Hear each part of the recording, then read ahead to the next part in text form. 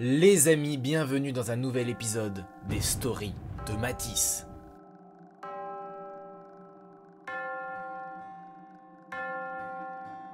Nous sommes en 2014 et le soleil se couche sur les hauteurs de Cagliari. Alors pour ceux qui ne savent pas où se situe Cagliari, c'est tout simplement en Sardaigne, c'est le chef-lieu de la Sardaigne. J'étais pas à Cagliari même, j'étais un peu dans la campagne de Cagliari.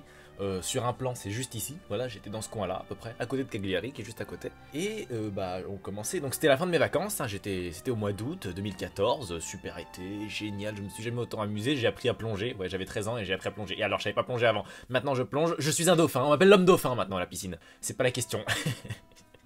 Le type il part en vrille. Non, et donc, c'était la fin des vacances. Quelques jours après, 3 ou 4 jours après, on rentrait chez nous. On rentrait à Grenoble, dans ma ville, tranquillement, en avion, épouse.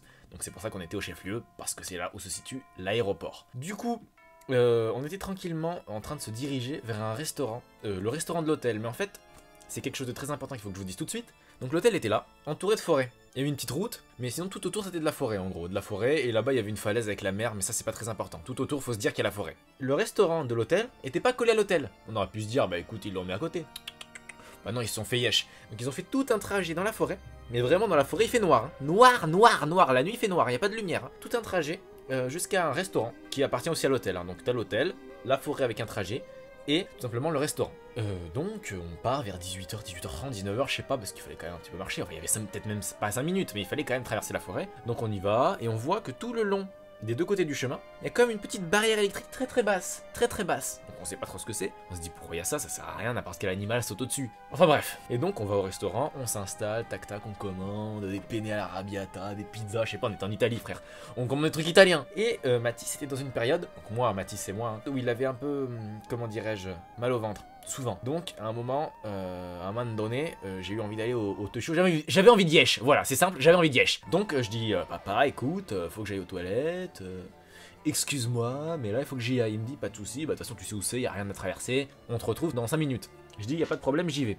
Donc, je pars sur le trajet dans le noir. Hein. On n'oublie pas que le trajet est dans le noir. Je pars tranquillement, paisiblement, je marche, ça va, j'entends rien de spécial. Je marche, je vais aux toilettes. J'arrive à la chambre d'hôtel, j'ouvre. Tac, au Toshio. J'ai dégommé les chiottes, je ressors, et c'est là que le drame arrive. C'est dur à raconter parce que je crois que c'est la plus grande peur que j'ai jamais eue. Non mais vraiment, très sérieusement, je crois que j'ai jamais eu aussi peur de toute ma vie.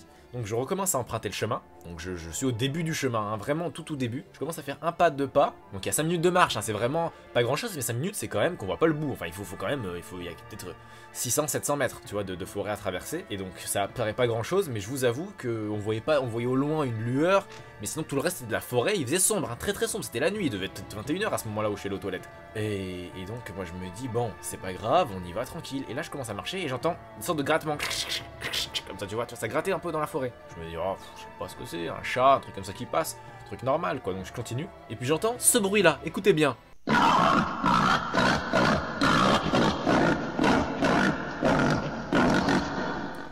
Donc là je me dis, clairement, il y a un problème. Et là, j'ai extrêmement peur. Je me dis, mais qu'est-ce que c'est que ce bruit-là?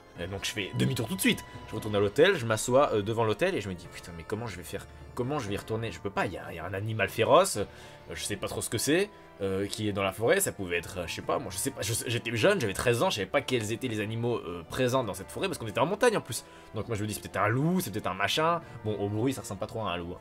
Mais moi, frère, j'ai 13 ans, hein, je fais des cauchemars la nuit, des fois, je me dis, c'est un monstre, il va venir, il va me bouffer, il va m'égorger, tu sais. Donc, qu'est-ce que j'ai fait? J'ai fait la plus grosse bêtise de toute ma vie parce que c'était dangereux ce que j'ai fait. Hein. Je suis ressorti du côté de la route, il n'y avait pas de trottoir hein, sur la route. J'ai traversé tout le long de la route pendant, je sais pas, peut-être 10 minutes, c'était bien plus long, c'était tout un grand détour. Pour arriver du côté de la façade de l'hôtel, je suis rentré et je suis retourné m'asseoir. J'ai jamais su, au grand jamais, ce que c'était. Même si maintenant j'ai des très gros doutes.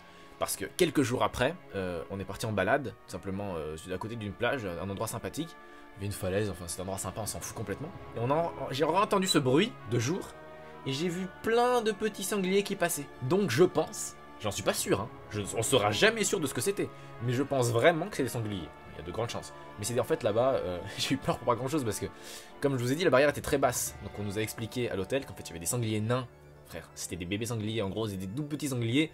Ils attaquent pas trop les hommes, mais ils peuvent passer et aller dans l'hôtel ou quoi, donc ils ont mis des barrières pour pas qu'ils passent. tout simplement. Tout le long du chemin, à côté de l'hôtel, en fait, il y avait des barrières pour que les sangliers n'atteignent pas l'hôtel et qu'ils aillent pas foutre le bordel dans les cuisines ou quoi. S'ils arrivent à s'infiltrer, on sait jamais. Ce genre d'animal, ça bouffe tout. Donc franchement, ils ont préféré faire ça pour sécuriser l'hôtel en gros. Donc moi je risquais rien grâce aux barrières, mais moi je le savais pas. Et donc dans ma tête, moi je sais toujours pas si c'est un sanglier parce que le bruit que je vous ai mis c'est le bruit d'un sanglier parce que je l'ai pas enregistré ce bruit. Mais c'était pas exactement ça pour moi. Sur ce les amis, j'espère que cette histoire vous a plu. J'en ai d'autres dans le même délire, voire pire même pour certaines. Mais c'est pas de la peur les autres histoires. Celle-ci c'est vraiment de la peur. J'ai eu très peur, j'étais assez jeune, 13 ans quoi. Et franchement j'étais païambe. Vraiment j'étais païambe bien. Bref. Sur ce, n'hésitez pas à vous abonner, mettre un pouce bleu si ça vous a plu. Si vous en voulez d'autres aussi, n'hésitez pas à mettre un pouce bleu. On se retrouve prochainement, n'hésitez pas à partager car vous êtes tous des influenceurs. Sur ce, bonne journée, bonne soirée, bon après-midi, bonne matinée. Ciao ciao.